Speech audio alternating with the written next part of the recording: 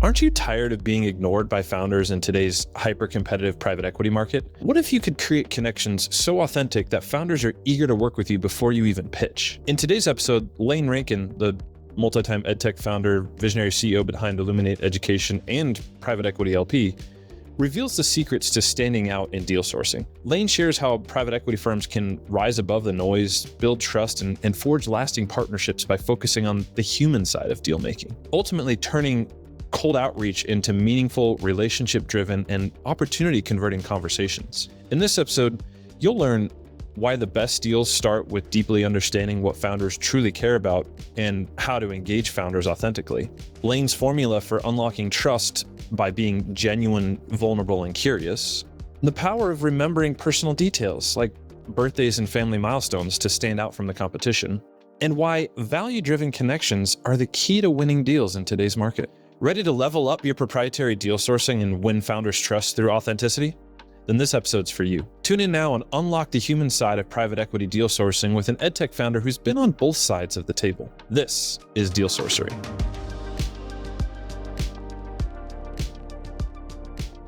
Lane, welcome to the show. Hey guys, good to see you.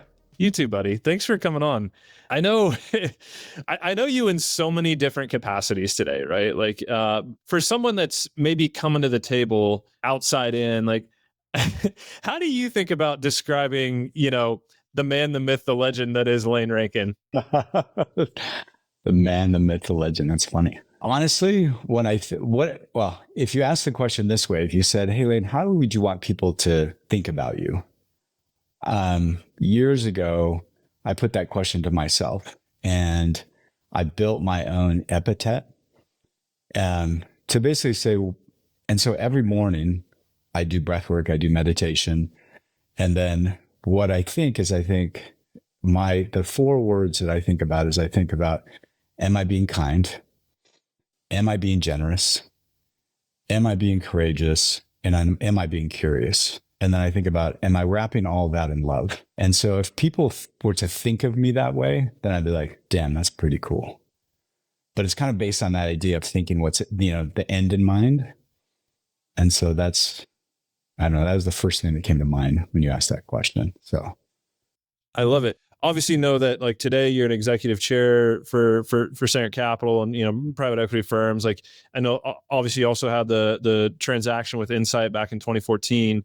But like what was that first exposure to private equity for you? The first exposure would have been through the Houghton Mifflin Harcourt acquisition, Barry O'Callahan. So when Houghton Mifflin came together with Harcourt, because Barry had come out of like Citibank or something, it was just interesting, even though it wasn't necessarily private equity, it was just interesting to see how all that worked, with money and putting $2 billion organizations together. Because I was in all of those, as one of the execs in all those meetings, in all the synergy meetings. So that was kind of my first exposure to like, how do deals get done and how do people think about this, which was like some great education from when I was there from 2007 to 2009. It was really great education for sure.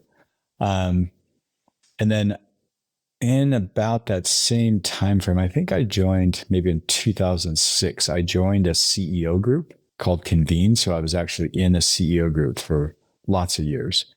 And because of the different people in that CEO group and hearing, about their exposure, whether it was private equity or VCs or whoever, like I heard from a lot of different CEOs in a lot of different industries about their experiences with private equity and VCs. And honestly, for me, I was just like, ooh, I don't know. I heard a lot of nightmare stories. I don't know if I would ever take funding, honestly. But that's another story. Like, do you remember any of those stories? Like, what was the craziest story you ever heard about like somebody experiencing with private equity or VC? Oh, I mean, they sold the majority of the company.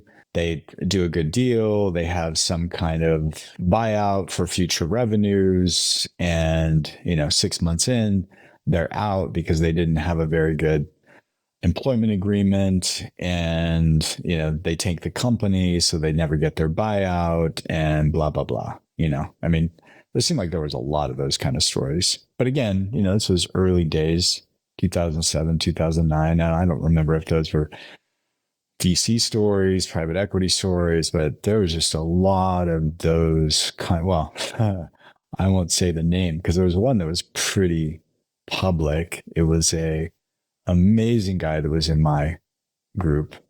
And he was in I'll just say the pharma industry, even though it's kind of tangential to that. But wow, the stuff that guy faced with private equity and the board, and, you know, getting tossed out and then starting another company and coming back and then getting brought back. It was like, wow, lots of not fun stories there. So what was your first impressions of private equity then? Like when you were first hearing about it, then it sounds like obviously I mean, my first impression, honestly, was just, you know, hardcore money people. You know, basically they're just about how much money can we make and how fast, and pretty cutthroat. I mean, all the stories I heard were pretty cutthroat. Cutthroat didn't really care about the founders, didn't really care about the products, just really cared about how much money can we make and how fast can we make it. So you mentioned it before, but maybe we'll just ask you. You're like, okay, Lane, well, it was nice talking to you. No, not at all. That would probably drive a lot of engagement. But about the outreach piece, you kind of alluded to receiving some. Can you just tell us about when that started happening and what that was like being on the receiving end? Gosh, Matt, honestly, I wish I had that database. There's two databases I want. I want the database of everybody that, you know, outreach I got, and like all the people I talked to. And then I also want the database of the crazy things that private equity people say. Yeah. Because the private equity language is hilarious, especially from the outside. You're just like, did you really just say that? What the F does that even mean? But it's this whole little language. And then you go to ASU GSV and it's like, oh, everybody's speaking this weird little language, which now I probably speak it. So I probably wouldn't like myself now. Hung around private equity guys too long. But so those first conversations, I mean, it was tons of emails. Like every day I was getting 20, 30 emails, you know, easy. And I always said, I would just blow these guys off. Like, I just not answer. What time frame is this we're talking about? This is probably 2011, 2012, 2013, you know, all those years. And then probably about 2013, I was we had grown from literally 100,000 in revenue in 2009 to 2013. We were probably 12 million in revenue. Hadn't taken any money, just growing like crazy. And maybe 10 million, it doesn't matter. And I went to one of my CEO group meetings and I was like, I would never take money. And a lot of these guys really pushed back on me. And it's like, well, wait a minute, you own this company 100%. So if somebody gave you, you know, $120 million valuation today, it wouldn't make sense to take that money. Like what would if you took, you know, they're like, well, at 120 million valuation, if you were just to take 30%, you still control the board. You don't give them a board seat. Maybe they have an observer seat. Like if you came up with like how much you want and like you made this perfect deal, why wouldn't you take that? And I was like, because they're like, well, we know you know how to get a company to 30 million because you did that before with Data Director, but what's it going to be like to try to get to a company to 50 or 100 million, you know?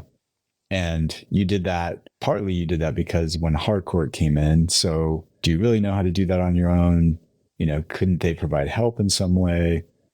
And I was like, oof. I was like, shut up. That was a good freaking question. So it really got me spinning. And so then I said, well, I don't know. That's interesting. I'm going to start talking to private equity people. And there were two reasons. One, I wanted to pitch what I wanted because I was like, okay, well, I'm going to come up with this crazy ask and pitch who we are, pitch my crazy ask and see what they say. And, you know, if somebody is crazy enough to sign me up with that, like, okay, cool. And then the other thing was after I'd gone to ASU GSV, and I don't remember when that first conference was, but I was asked to go there and present. And I did that in Arizona when it was still in Arizona. And I was like, whoa, okay.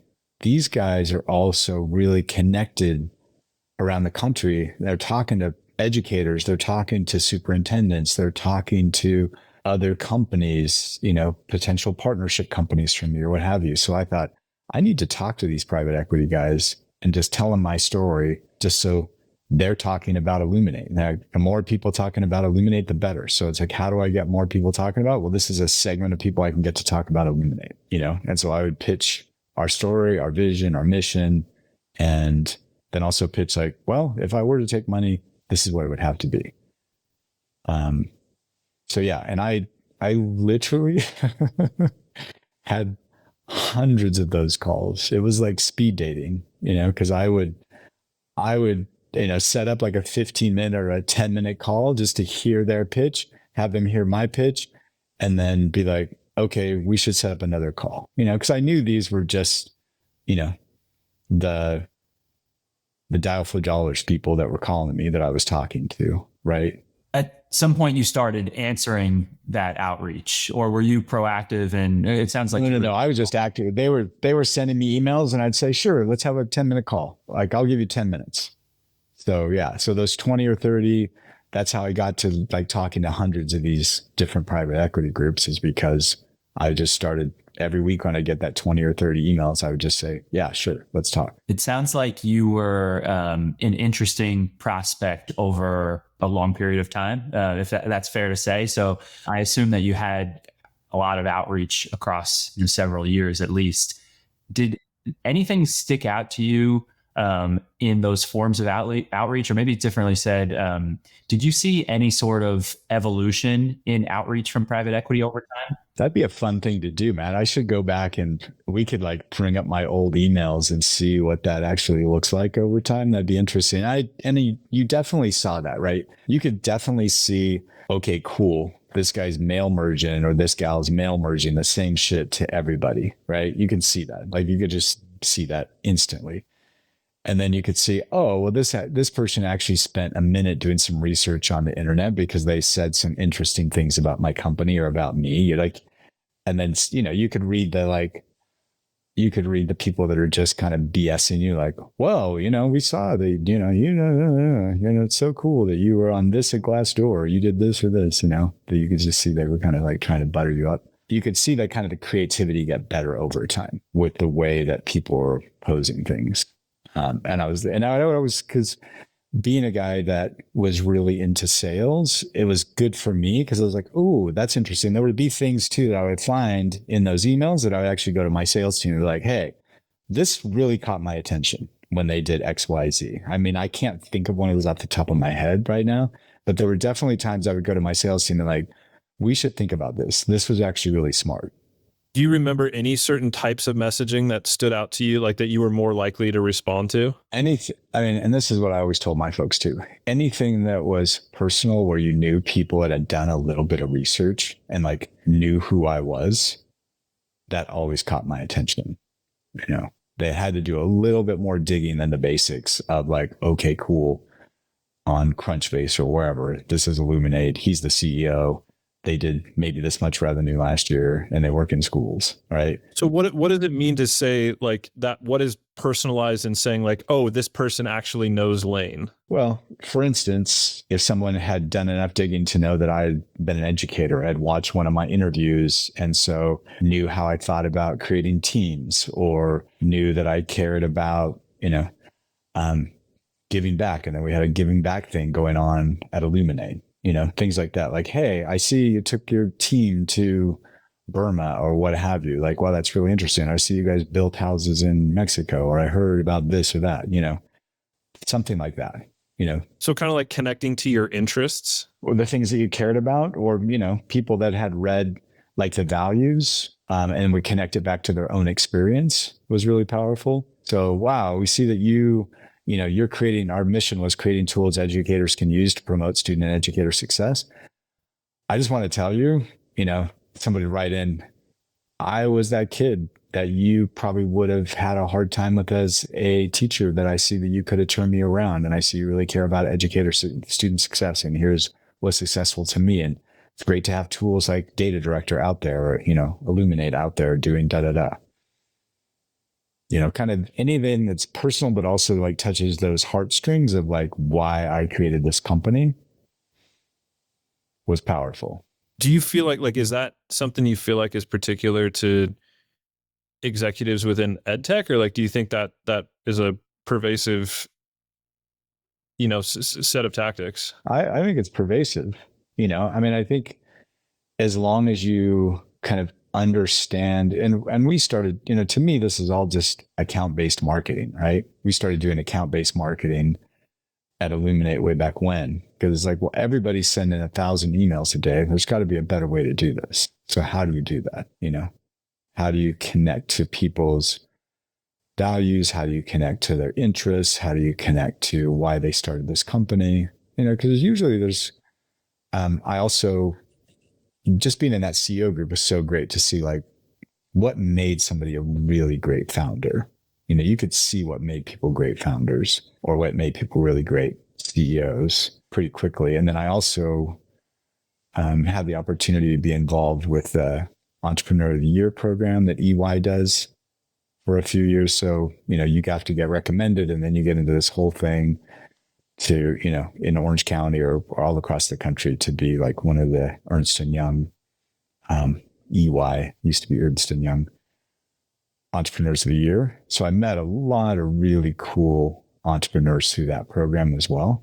And it was always fun to ask them like, okay, tell me your founding story. And mostly it was like, well, it was like the Dan founding story. Like, there was this problem and nobody was solving it, and I wanted to solve it. And I was super passionate about XYZ. If you can connect to that XYZ, you're probably going to get a founder or someone to talk to you. Do you think it's enough to just like walk in and ask about somebody's foundings? Because like to me, that was one of the things I feel like I always did when I was sitting down with an executive. And maybe it's just because I come from this place of genuine curiosity and interest and intrigue about like entrepreneurs and their stories and whatever. But like, to me, that was always the first unlock, right? In the conversation is like, if hopefully I read something about their founding story, if I could find it, but if I didn't find it, then to like ask about that founding, like, how did you start this, man? Like, how did you get from, where you were to like doing this? And like, to me, that's always one of the first unlocks of building a relationship with somebody, is like, just get everybody to open up and like just share some of that story. And people, I don't know, people love talking about themselves, but like,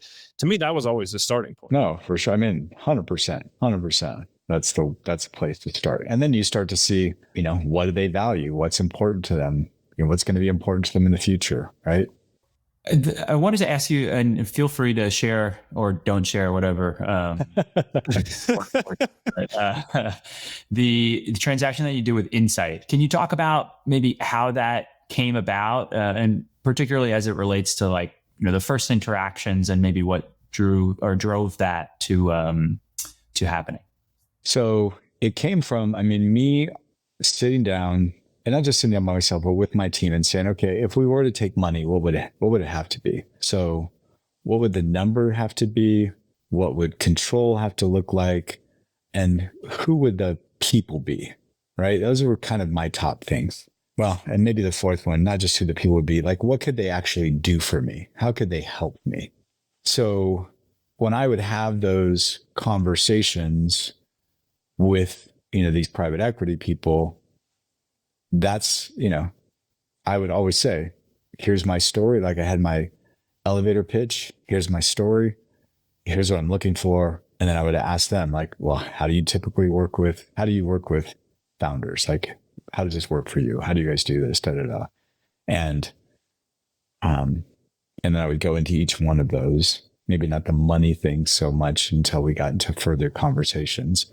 But basically I started whittling down the groups that were interesting, that had people that I felt like I could actually work with, and then people who weren't scared away with the dollar amount I was asking for, and people that weren't scared away from, just wanting to do a minority investment and not having control.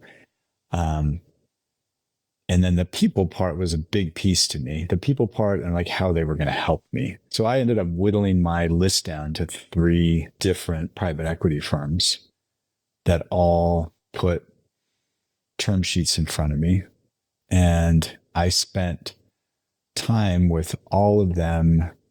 2 of them, I spent time with the founders of the actual private equity groups.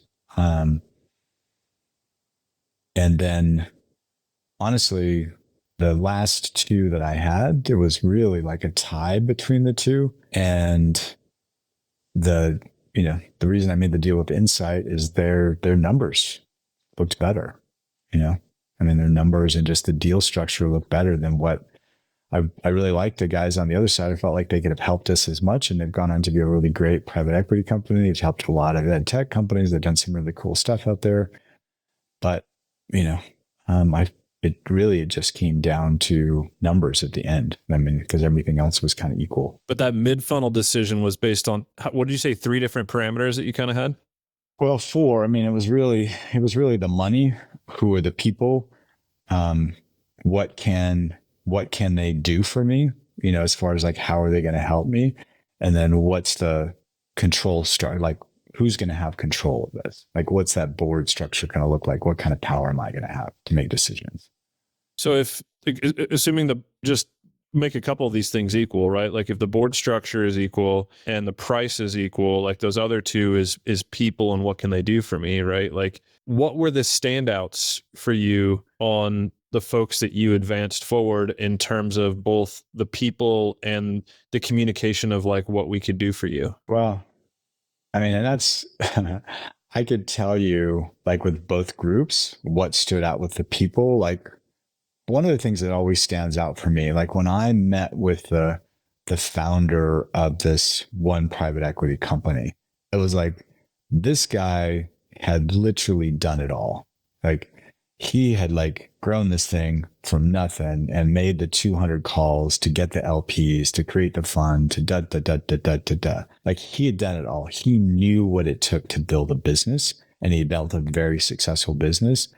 And so as a founder, knowing that another founder and like just his values, the way he treated his people, the way he built his culture, et cetera, was very aligned with me, So that was the one that I didn't take money from. And then the other group, it was similar. Like the people that I was dealing with, the partners and below, they were all very smart, but also like very scrappy and had never really been handed anything. Like had kind of done, whether it was making it through their university story or making it through different companies and ended up, at Insight, like just they all had really cool stories and knew what it took to kind of be successful, which was important to me. Why, right? Like why are having people that are scrappy or like, I guess for me, it was like people that I could relate to.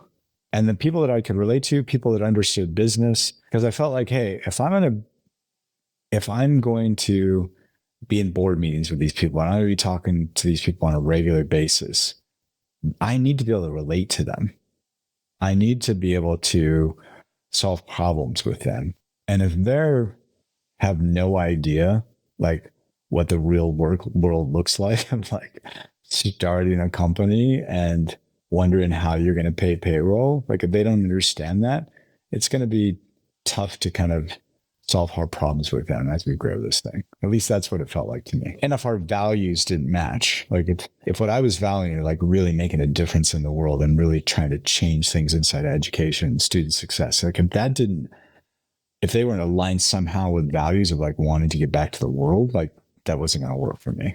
How could I communicate, like if I'm sitting here in the seat of a private equity firm, like how can I communicate to you that I am those things, right? Like that I am relatable and that I am that person? Like, is it about, like, I assume it's not about directly saying that. Maybe it is a little bit, right? But like, how do you communicate that? I think honestly, it's just going to have to be through your story. Like, how'd you end up here? What gets you excited? What are you doing to help the world? Like, tell me your story. Cause I always wanted to know whoever I was working with, like, I was always super curious about them. How the heck did you end up being a partner here at this place? Like, that seems pretty amazing.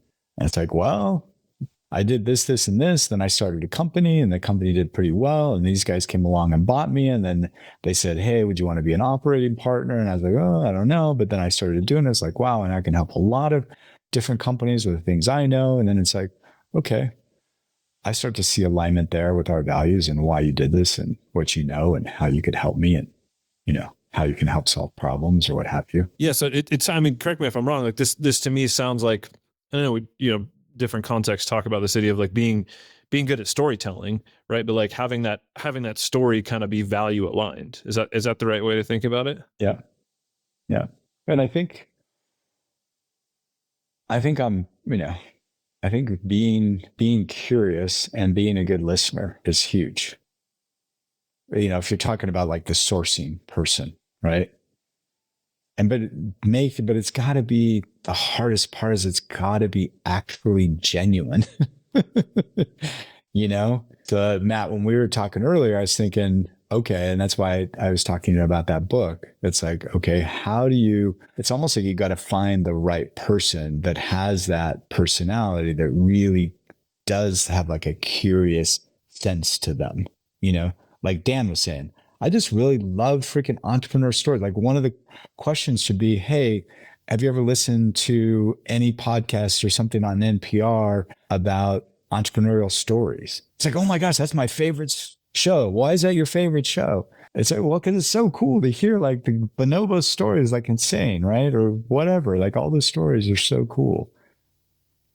Maybe somebody's like leaning in and you get excited about that. You probably know you've got somebody you should talk to. And then if they're a math teacher, Matt, boom, just get them. All right. Well, we can't release this publicly because that's the perfect recipe for recruiting. We'll have to okay, like boom, cut out the secret sauce right there. That's what makes us millions. They can sell Coke Zero, but they can't sell Coke. So I'm just thinking, like, and this is awesome, right? Like, I love diving into all these pieces and nuances, and I think you're right. Like that curiosity piece to me and being genuine, like that all makes a ton of sense. Yeah, can I go back to one more thing, Dan? Like, I think that's super important when it comes to that genuine piece. Is I think one of the problems that I've seen with private equity is it's almost like this badge of honor to push yourself to the nth degree, to be exhausted, and to work 100 hours a week. I mean, it's like it's like how they used to do with medical students, right? It's like, yeah, let's work them till I just read Peter Attia's book about longevity. And he was talking about his emergency room days when he was like a resident or whatever. And it's like, he's like, this is so ridiculous. I'm literally walking around like I'm drunk working on people, But that's the same thing I've seen happen in private equity. These poor young people are pushing themselves to the nth degree. How are you supposed to be authentic? And how are you supposed to actually be, a genuine, real person when you're just exhausted and you're pushed so hard, like, I got to get this deal? I think some of that probably comes down to culture inside of private equity that needs to change a little bit. Yeah, it's interesting, right? I mean, I don't think I know a person inside of private equity that isn't just, totally exhausted, right? And like stumbling over your own feet, like you just get yourself up and get going again thing. I mean, I know for sure, like when I shared, I think, Matt, we've talked about the fact that like when I was doing sourcing, right? And like I was in there, going as hard as I can. Like, I mean, I was spending probably $27,000 a year on travel, right? Like I was on the road every other week. And like, that's not including time with, investment committee and, internal work and whatever else. Like you're going, like you're on the road, like you're taking the red eyes, you're getting out there, you're getting in front of people, you're exhausted the entire friggin' time. Right. And that is like, you're right. Like that is a tough balance. I remember just like being in that place where you're just totally drained, but like you have to kind of put on, I don't want to say put on that face, but like you kind of have to like, you have like, it's high energy, right? Like to be in person with people, be genuine, be thoughtful, be curious. Like it takes a lot of energy to do that, right? I mean, I know what is it normally, like the brain is taking up 25% of your energy in a given time, but like when you're doing like it's probably more than that. Like when you're sitting down in front of somebody in person and like trying to be genuine and curious and build that relationship and like, gosh, what did he even just say, right? And like Matt and I have even talked about how like at conferences, one of the things that I do, I would pack my schedule, right? Like when I would go to on a sourcing conference, if I had 3 days, like I remember I had conferences where I had 53 meetings in 3 days, I think, something like that, right? And it'd be, 15 minute sort of meeting with another like 5 minutes in between to like find the next 15-minute meeting or half-hour meeting, whatever it was. And like I would just do that back to back for days at a time, right? Whatever. And like the only way I kept myself sane with doing some of that stuff is that like I literally wouldn't have time to look up the person and what they do and anything about their company until like the 2 minutes before I'm getting ready to, sit down with them and like try to, again, do that dance of like convince and share information about us while also qualifying and figuring out if they're interesting. And then I'd spend the next, as soon as I'm done with that meeting, I'm on to the next. I spend the next 3 to 5 minutes taking and flushing everything out of my head to put it down in a notebook so that I can go and pick up the next nugget to work on the next one, right? Because I guarantee you, after I'd gone through, 20 meetings in a day or 50 over 3 days or whatever, like I have no freaking idea what I talked about with the first person. But that's the norm, right? Like that's the standard. And I think that's the expectation. And not just like, to me, for the associate or analyst that's doing sourcing or whatever, but also for the partners and for the CEOs and executives at the portfolio companies, right? Yeah. Well, and so my question would be, and that's kind of that numbers game, right? And so I don't know what your close rate was, but let's say your close rate was 20%. Is there a better way to qualify and get people so that your close rate on the quality people that you really want gets into the 60%? And who do you have to be and what do you have to ask to get to that place? Which to me, now with all this competition in private equity, it really needs to be more of that. Well, I 100% agree with you. And to me, that's why I'm so invested in the data side of this, right? Which is, trying to play a little bit more of the Moneyball game where you're picking out instead of, because like here's I think what everybody's done historically is you build a list, you pick up the phone and you freaking call them, right? Like you get you got the cards are for closers, you break out the steak knives, you give the incentives to just pick up the phone and dial, right? Like that's what the answer has been. But part of that has just been banking on the fact that like you're going to churn through high volume because you don't know where the right opportunity is. And you're going to try to be opportunistic and you're going to try and find the thing through the conversations that is the interesting company. But I think to me, the shift, like you're talking about, is to go from that place of like a lot of unknowns and limited information to a place of like, how do you walk into the conversation and I can say, I know that Parent Square is the company I want to be in front of. And I'm like, here's why, right? And here's all the information like we know as a result of that. And so like, now I can start calling my shots a little bit. And like, and honestly, like that was a transition I made over time, right? Like when you think about when I'm talking about doing like 53 meetings, that was probably in my first 2 months at Sarant, right? Whereas like when I shift forward and I look at like my final days at Sarant, like what are the things that I started doing is like, I remember one trip where I went to, I think it was 4 cities. I mean, it's 4, I went from Austin. I was in Austin, right? I went up to Dallas. I had 1 meeting in Dallas. I flew from Dallas. I went to Denver. I had 1 meeting in Denver and 1 meeting in Boulder. And then I flew from there and I went to Nashville and I had 1 meeting in Nashville and then I went home, right? I had 4 meetings. I didn't focus on any of the companies that weren't my top tier prospects. I just said, here's the ones I want to go after. I kid you not. It didn't happen within a month, but I got 4 LOIs out of that. Wow. Right. 4 meetings, yeah. 4 LOIs. Yeah, that's it right there. But that's hard to get to, right? To that place of like, out of the average private equity firm has between 10,000 and 100,000 companies inside their CRM, right? And so like when you look at, even if I had a team of 10 folks and they've each sitting there and they've got between 1,000 and 10,000 companies that they're trying to keep tabs on, right? Like 10 people sourcing team is pretty large, right? Like you're throwing darts at a board. And that to me, anyway, I'll get off my soapbox here, right? But like the point is I agree with you. Yeah, I'm with you 100%. And honestly, guys, this is no different than high-end sales. I mean, this is exactly what we're doing to try to close the top 100, 200 districts in the nation, right? Or the top 20 districts in California when it comes to education deals. I mean, it's the same thing we're trying to do too. Yeah. It's one of the consistently interesting things for these conversations is it's applicable to basically all businesses, like anybody who's doing sales. Well, it's that interesting thing, Matt, that you and I have talked about, right? Of just like private equity firms adopting sales best practices, to Lane's point, right? Yeah. Account-based marketing best practices. What does that actually look like? It's not new stuff that we're talking about or uncovering, right? It's just like the adoption of those existing strategies just being applied in this way. The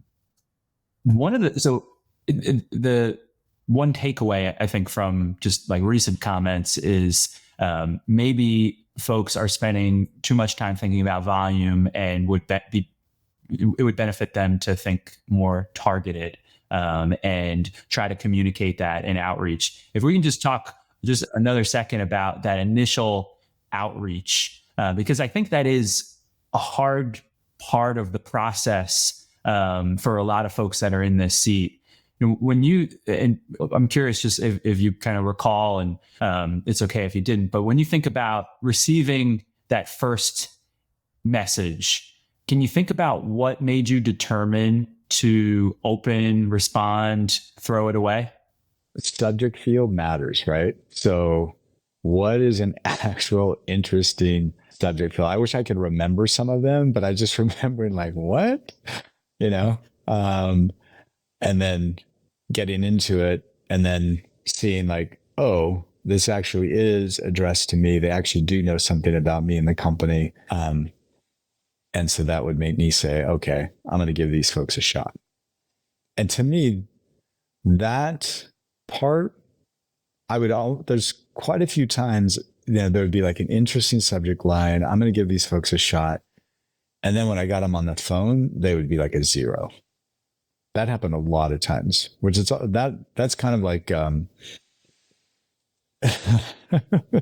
that's kind of like online dating in a way, You see this really great profile and some really great pictures, and then you talk to the person on the phone and meet her in person, and it's like, wow. Maybe that was a bad analogy, and you guys are like, why is this old man talking about online dating? Well, I'm curious, like with that sort of outreach stuff in mind, right? Like when you think back to like when you and I started talking about, some of the stuff, and particularly like started talking about Parent Square, what made you think, oh, like I should introduce this guy to the Parent Square team? Like this guy's, worth their time. Well, I mean, first off, you had come highly recommended from somebody that I respected. So that's obviously an easy one. And then second, because you and I had talked and and you really understood the ed tech landscape, and the things that you were putting together around ed tech was, to me, way more impressive than anything I had seen from anybody else. And this, and what you told me about Cerent, and, because of my experiences with private equity, whether that was my own personal one or through my CEO group, it sounded different. And it sounded like, hey, this is interesting. I think So Hitting the New could learn from this. So it sounds like, coming in with a bit of market knowledge and perhaps a relatable story around private equity and how they work with. Well, and also, and I guess that I missed the biggest piece. You were actually a human being, which Matt's laughing. He's like, I don't know, Elaine. I haven't seen him. No, but that's like, you are like a good guy, with a sense of humor, and you connect well with others. Like, that's not a given. And mostly that was rare, which really made me scratch my head, because I knew private equity were hiring like the top whatever percentage of kids out of college. And then how is it rare that most of them don't know how to connect to a human being? That was surprising to me. Is that so? Like the majority of conversations you had with private equity firms, like you didn't feel like there was a real human on the other side? No, it felt like a robot. It felt like they were reading a script. And I'm on the guy that I always talk about wanting to mess people's hair up. Like I always would mess with them just to see, like, okay, can I crack you? Will you turn into a human? Or are you literally a robot? And most of the time, when I could crack them, then it was like, okay, at least I know you're human. But if they wouldn't crack, I was like, damn, it's impressive. You literally are a robot. That's sad. Like where's that line, right? Like, how do you draw that distinction between what is a robot human and a human? Where do you draw that line? That's a really interesting question, Dan. I mean, and this mostly for me, this was before Zoom, right? This is before Zoom. I think it might be easier to draw that line now on Zoom. I mean, because now in Zoom, you could at least, is somebody like, are they engaging with you? Are they looking at their eyes? How often do they look away where you know they're looking at their phone? You know, are they smiling? You know, does their countenance just feel positive? You know, the phone is a little more difficult, but it's like, what's that tone of voice? Do they have, you know, if you're calling on the phone, do you have a good phone voice? Is your voice irritating as you know what, you know? And then, you know, is there some kind of care or understanding or questioning or curiosity in your voice? You can feel that from somebody's voice, right? Are they leaning on the phone? Or are they literally like, and so I see that you are and you know, I mean, I would call them, I shouldn't say this, but maybe I should. I would call them the marble mouse because it's like, I've talked to like 5 marble mouse today. And I'm like, Glenn, what do you mean? I'm just like, mom. Like, I don't know. It's like they're from Charlie Brown. Like, I don't even know what they're saying. They just feel so like monotone and just like, I'm like, ugh. Like, can you have some can you have some excitement in your voice or depression in your voice? Just have something in your voice besides, It sounds so bad. I feel so judgmental right now. But cut those pieces out, guys. You're like, hell no, we're using that. Listen to the crazy former CEO talk shit on people. No, look, I mean, I think your comment is well founded around like having some personality shine through, right? And like it's one of like when I humanness. Well, and I did this whole exercise with a lot of my team before where I try to like say how do you build trust, right? And like what are the core elements of trust? And there's a lot of people that have done a lot of different studies to try and break that down, right? Like because there's a lot of different pieces to it. But one of the core pillars of it is clearly vulnerability.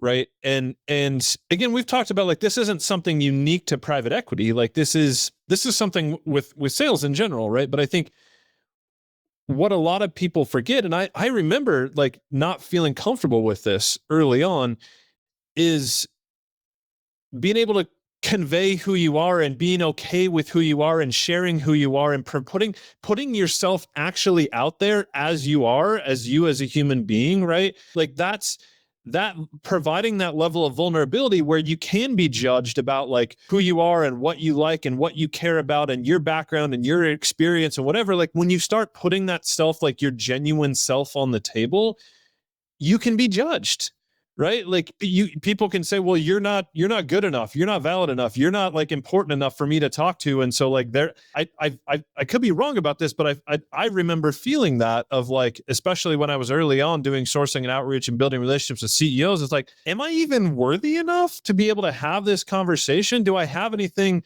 that I can provide of value here while I'm talking to this CEO that's built a business that's worth, tens or hundreds of millions of dollars. And like, I just kind of got out of college and like, I'm hoping I feel worth like, are you going to judge me that I can have this conversation? But that piece, like getting yourself over that hump of allowing yourself to be that vulnerable and true version of yourself, that to me is the only way you actually start opening the door for building trust, right?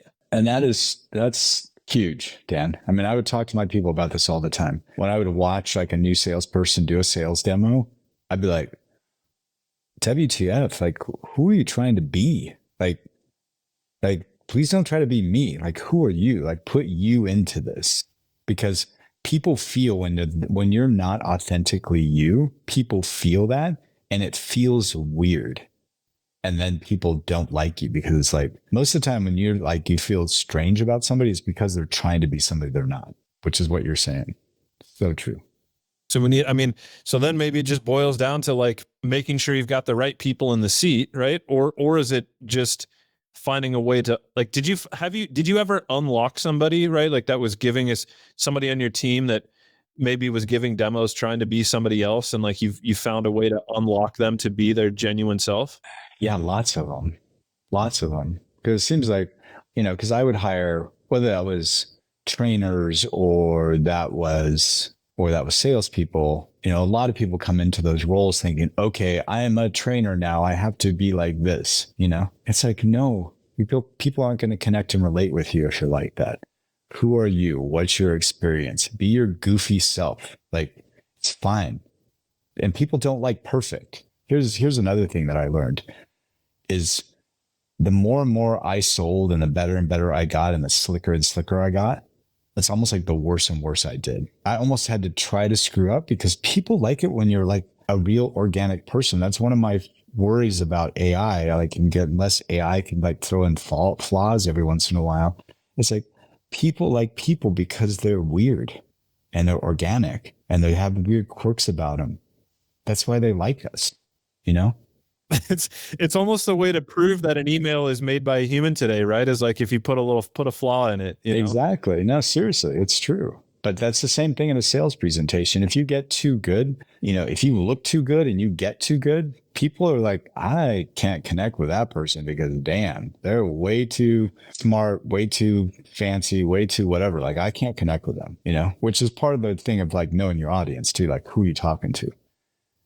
Did this CEO go to an Ivy League school? Did they go to a blue collar school? Did they never go to school? Like, and knowing how to connect with them on those different levels. Are they from a rural community? Are they from New York City? How do you connect with them in all those different ways? Yeah. It's almost like I'm saying re-inject, but maybe it's inject for the first time in some cases, but like inject heart into private equity, right? Like into like be that real genuine human, not here's the perfect model that comes from an Ivy League institution and goes to an investment bank per se. I'm not saying that anything against that, that route into private equity, but like it can't be soulless, right? Yeah. And it's gotta be real. People feel real and they feel inauthentic quick. So look, Lena, I know you've got your hands full right now. Helping out all sorts of different awesome ed tech organizations. And what I like, as you look forward, what personal ambitions do you have? Like, do you see yourself ever joining directly into a private equity firm or working more as a, kind of executive chair roles, or like, I don't know, what do you have any sense for like what the future holds for Lane? And that's a good question. I try to never say never. So like the first instinct that comes up is, would you ever join a private equity? I'm like, hell no. But then anytime I've ever said hell no, it becomes true. Like I said, hell no, I wouldn't be a teacher. I became a teacher. I said, hell no, I wouldn't be a sales guy. I became a sales guy. So I don't try not to say hell no. So who knows? But as far as ambitions, right now, I think we talked about it. Maybe I don't know if we talked it on air or not, but like I'm really am focused on how do I continue to be a good elder, and a good elder in my mind, like being someone that's helpful to people that are trying to do good things in the world. And for me, mostly that's ed tech. I mean, I'm working with some other companies that are working in the nonprofit space, selling to nonprofits. And, I have my criteria of who I'm going to work with. And it's like, I'll work with people that I like, that I feel like, hey, I could hang out with these folks on a weekend and have fun with them. I work with people that are trying to solve hard problems. Like hard problems to me is really interesting. And problems that are actually helping society, not just a hard problem that's going to put a lot of money in people's pockets, but like a hard problem that's good for society. And then lastly is, where can I learn things? Like, how am I to learn from this? So I'm still in that mode. Like, I'm like, there's, opportunities that come to me all the time. And if it meets that criteria and I can fit it in my schedule, I usually say yes to it. And I see myself continuing that way, because it's fun. Like this conversation's been great, like working with you and seeing what you do and what you're doing with AI and how you're creating a choir and the things that you think about and the problems you're solving. And like, to me, that's exciting. Like every time we talk, I mean, I tell you that every time we talk, I'm just like, yes, this was fun. Cause I feel like I'm in that creation mode with you. No, it's so fun working on this stuff together with you.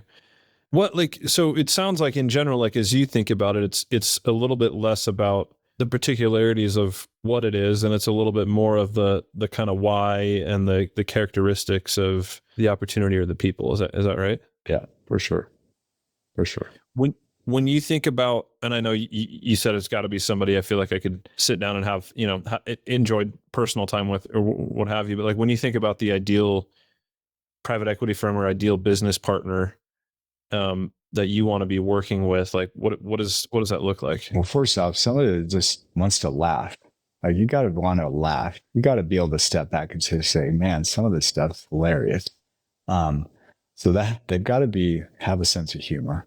They can't take themselves so serious, whether they're a big private equity company or whoever the hell they are. They got to really care about humanity and seriously want to make a difference, and not just what everybody says, like, oh yeah, I care. But like you can see that they actually care and are trying to do things to make a difference. I also like people that are trying to do things different.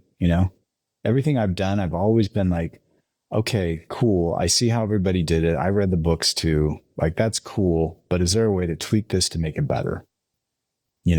So like I talked to a private equity company this morning, somebody I'd never talked to before, listened to their founding story, where they're at, what they're thinking, how they're thinking about doing it. And it was like, some interesting things in there, because they're looking at doing things a little bit different. And I like the way that they've got this structured so far. So when I talked to Saren originally, and I sat down and talked to, gosh, I'm dropping his name, the founder. Kevin to Kevin. I really like the way he thought about building the company and about how you grow appropriately and kind of his values for doing that. It was like, all right, I can work with these guys.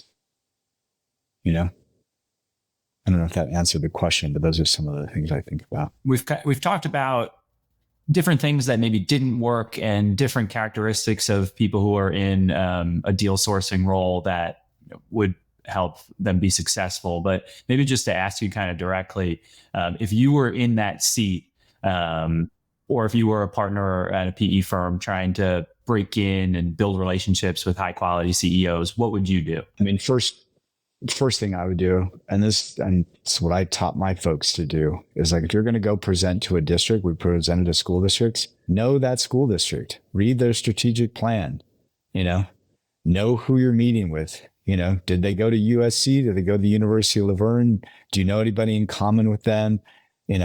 So just really know that person, know that company as much as you can, and spend some time there first off.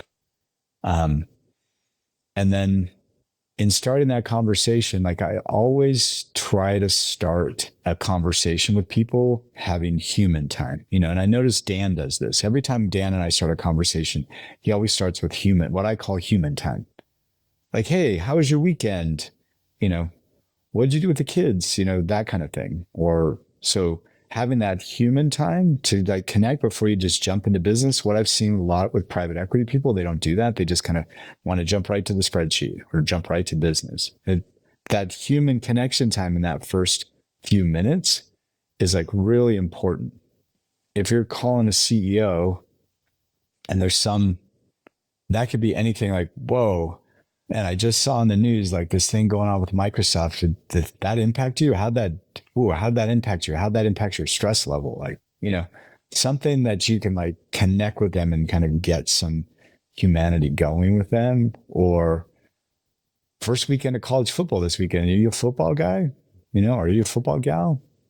Anything like that. Like, or like Dan had talked about before, like I love that vulnerability thing. Like, I don't know about you, but wow, it was a crazy weekend I had. I was in Connecticut at a wedding or whatever that is, just to try to open that personal human time. And then making sure you're just like locked in leaning in, whether you're on the phone or on screen, like locked in, leaning in and really listening, like not thinking about the 14 other meetings that are coming up or the 12 meetings you just had or the 72 messages that are popping up on your phone. Like, how do you get all that distraction out of the way and really lock in and be curious and ask good questions and know something about them so that we're like, well, I read on your website that you guys are working on a new product, or I saw this news clipping that you just got Entrepreneur of the Year, or, whatever that is, like to add things in so people go like, oh, wow, this person actually knows my company or knows my industry, because people are going to be impressed by that. And then always like ending that call with, hey, trying to get something on the calendar. What's the next steps? Like, when should I follow up with you? And trying to get something there. And then in between time, whatever you got from them, like if you were to look at my contacts right now, I know everybody's like birthday, anniversaries, kids' names, because when I get back on the phone with that person, I'm going to be like, hey, last time you mentioned you'd had your anniversary, or your daughter was doing this or whatever. Like, how's that going? What's Piper up to now? Or, that kind of thing. It's funny that you mentioned that, because like, I feel like that's such a it's a subtle thing, but I feel like it's so missed as it relates to deal sourcing, right? Like you mentioned, like I try to start with that human piece. Like one of the things I always did too is in my meeting notes, the first thing that I write down every time is the human piece, right? Like, who are their kids? How old are their kids? What do they get up to? What are their activities? What are the things they care about? Like, like that to me. And if they don't have kids, their dog, their cat, their wife, or whatever it is. Yeah, exactly. But like those are often some of, if not the most important things in their lives. Like I'm not, right? And this conversation about sourcing is not, right? Like the most important thing to their lives are those things that are that personal connection, right? And showing up, to your point, like showing up that next time, and God, it doesn't have to be more than 30 seconds of conversation about that. And being able to say like, hey, like, how are things with the kids? I remember I remember this one guy's up, in British Columbia or whatever. Right. And like, I know he has 2 kids and he and his wife are separated. And I knew that he liked to go, hiking with them and like do outdoor activities with them. And like, that was like big, like that was one of the most important things in his life, is that time he got to spend with his kids doing stuff in the outdoors. Right. And so like, what did I do to build a relationship with him? Like I'd straight up send him pictures of me hiking with my daughter. Right. And it's because like, that's what matters to him. Right. Is that personal stuff. And I feel like that's such a missed opportunity for most folks, is spending, to your point, those couple minutes on the human connection and figuring out what makes people tick. And then the most important piece is write that down. Remember that, like have that for next time. Exactly. Well, Lane, this has been awesome. As we start to think about like summarizing some of this, if folks want to get in touch with you, learn more about you, where should they go? I mean, just LinkedIn's probably the easiest. Yeah. Look me up on LinkedIn. Lane Rankin. There it is, folks. Well, Lane Rankin. Thanks, Lane. Really appreciate it, my friend.